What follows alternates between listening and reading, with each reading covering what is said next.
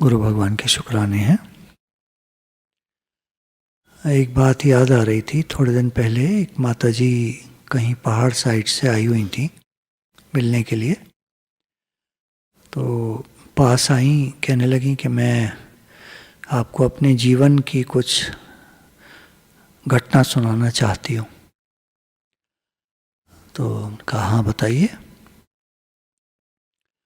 कहने लगी करीब अब से 2 साल पहले मेरी लड़की की शादी तय हुई और फिर जैसे तैसे मैंने शादी करी, उसकी शादी हो गई और 1 साल बीत गया। वो उसने बिल्कुल खबर नहीं ली, मेरे पास नहीं आई। तो एक दिन उसके पति ने पूछा होगा कि तुम कभी मैके की बात नहीं करती हो, माँ की बात नहीं बताती, पिता की बात नहीं बताती, कभी चले ना हम मिलने माँ से। तो उस लड़की ने जैसे भी कहा होगा, खैर उन्होंने उसको फिर से प्रेस किया कि चलो चलते हैं माँ से मिलने।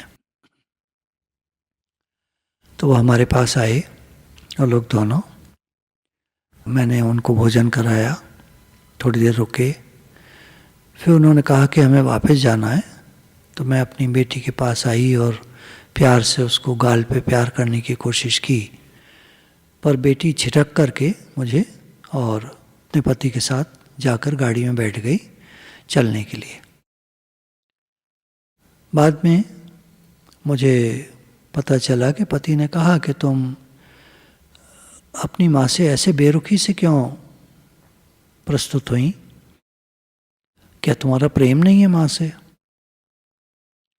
तो लड़की ने थोड़ा बचपन की अपनी बातें बताई पति को और कुछ खींचते हुए बहुत सारी बातें जो भी कही होंगी। इधर मुझे अपने घर पर बचपन की उसकी बातें याद आने लगीं। ये 2 छोटी बहनें, मेरे पति कुछ काम नहीं करते थे, डिप्रेशन से में रहते थे। घर से निकल कर के जैसे बाहर हमारे चबूतरा था, वहाँ से सड़क जाती थी, वहाँ जाकर बैठ जाते थे और सड़क की तरफ देखते रहते थे लोगों को आते जाते। कभी अखबार में उनके आगे कर देती कि देखिए इसमें नौकरी के लिए निकला है, तो उसको साइड कर देते, कहते कि नहीं मैं नहीं कर पाऊँगा। काफ़ी समय बीता इस तरह, बच्चों को बड़ा करने में बहुत दिक्कत हो रही थी, हमारे पास पैसे नहीं थे, खाना भी ठीक से नहीं हो पाता था। तो एक बार अखबार में ही मैंने एक ऐड देखा जिसमें स्त्रियों के लिए जगह खाली थी। तो मैंने वहाँ अप्लाई करा, तो उन्होंने मेरे आगे एक शर्त रखी कि ठीक है हम आपको नौकरी तो दे देंगे, लेकिन आप छुट्टी बिल्कुल नहीं लेंगी। तो मैंने बताया मेरे 2 छोटे बच्चे हैं, बेटियां हैं।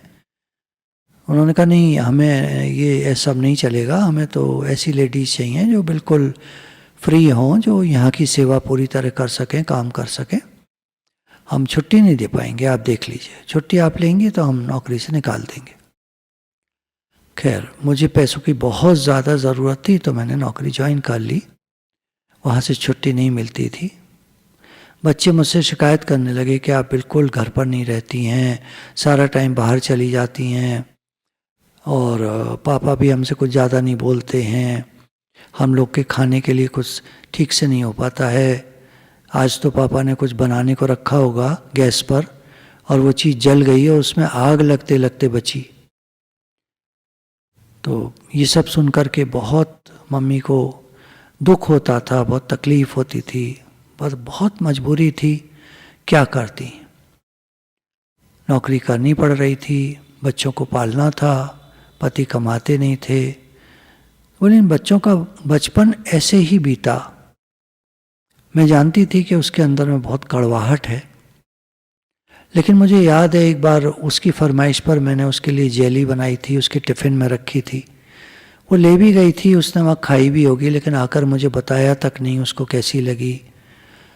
तो मुझे बहुत सारी मेरे भी मन में बातें हैं। मुझे किसी का प्रेम नहीं मिला, कभी किसी ने मुझे पूछा नहीं कि तुम कैसी हो। सारा दिन घर का काम करती थी, पूरा दिन फैक्ट्री का काम, नौकरी, घर का काम, सब करने के बाद कोई टाइम नहीं बचता था मुझे अपने लिए किसी भी तरह का। बच्चों के कपड़े फट जाते थे, उनको मैं रात को बैठकर सीती थी। हर तरह की मुश्किलें, हर तरह की परेशानी, पैसे की कमी, दिक्कतें सारी फेस करने के बाद आज जब बेटी की शादी हो गई, बेटी मिलने भी आई और इस तरह बेरुखी से पेश आई, चली गई। माँ सोच ही रही थी ये सब बातें। रास्ते में उसके पति ने कहा होगा कि तुम, मुझे बिल्कुल नहीं अच्छा लगा जिस तरह तुमने बिहेव किया। लड़की भी सोच रही थी उतने टाइम में कि एक बार मम्मी ने जेली बनाकर मुझे जैसे तैसे दी थी, स्कूल में ले गई थी, मैंने खाई भी थी, मुझे बहुत अच्छी लगी थी, मगर मैंने आके मम्मी को बिल्कुल कुछ नहीं कहा। मैं इतनी नाराज़ थी कि आपने जेली रखी बनाकर, अपना समय निकाला और किसी तरह बनाकर रखी और बहुत अच्छी थी, पर मैंने कोई तारीफ़ नहीं की, कुछ भी नहीं कहा। पति ने कहा मैं लौट के चलता हूँ और तुम मम्मी को प्यार करके आओ, ये कोई तरीका नहीं होता है। हम गए और तुम इस तरह चली आई।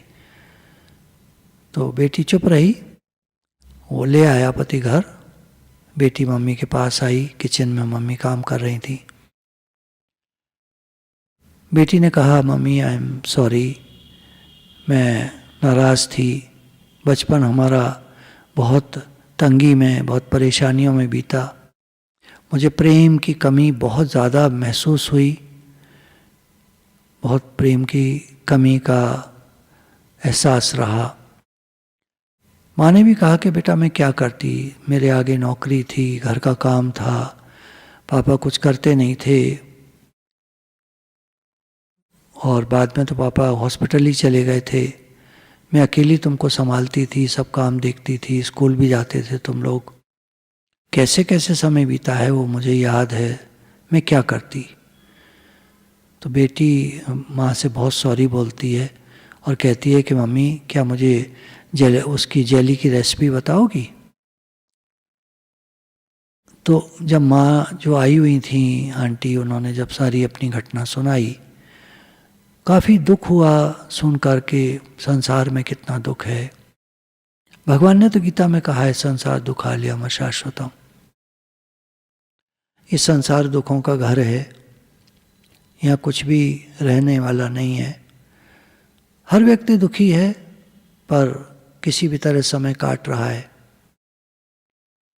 सत्संग में आकर हमको पता चलता है कि जीवन बहुत सुनहरा भी हो सकता है, बहुत अच्छा भी हो सकता है, बहुत प्रिय भी हो सकता है, जिसमें प्रेम है, खुशी है, संतुष्टि है, शांति है, आनंद है।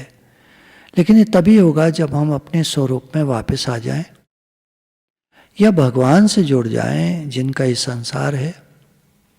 हम भगवान से कहें कि हे नाथ हम आपके हैं, आप हमारे हैं। भगवान का प्रेम हमको प्राप्त होगा। जैसे माँ अपने बच्चे को तब प्यार करती है जब वो भागता हुआ आता है, मम्मी की गोदी में छिप जाता है, मम्मी मम्मी मम्मी करता है, तो माँ उसको उठा करके प्यार करती है। लेकिन अगर बच्चा खेल रहा है, बाहर दोस्तों में खेल रहा है या अपने आप ही खेल रहा है, खिलौनों से खेल रहा है, तो मम्मी अपने काम में लगी रहती है। हम कहते हैं हमको भगवान का आभास नहीं होता। कैसे हो? हम तो अपने अपने कामों में लगे हैं। कभी हमने भगवान को पुकारा, हे नाथ मैं आपका हूँ, आप मेरे हैं, हे नाथ मुझे आपकी फीलिंग नहीं आती, मुझे आभास नहीं होता कि आप हैं, कृपा करके मुझे किसी भी तरह अपना फील कराइए, अपना आभास कराइए, मैं आपको अनुभव कर सकूं किसी तरह के आप हैं, आप मुझे प्रेम करते हैं।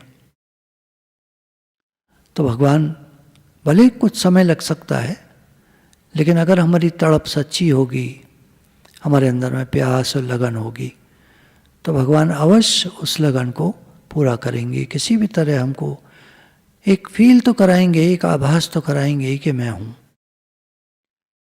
भगवान तो अपने भक्तों को मिरेकल्स दिखाते हैं, अपने भक्तों का योगक्षेम वहन करते हैं, अपने भक्तों से बहुत प्रेम करते हैं, जैसे एक माँ अपने बच्चों से। बस हमें चाहिए कि हम उनसे सच्चे हो जाएं, उनकी तरफ प्रेम जगाएं और प्रेम से कहें हे नाथ हम आपके हैं। गुरु भगवान के शुक्राने।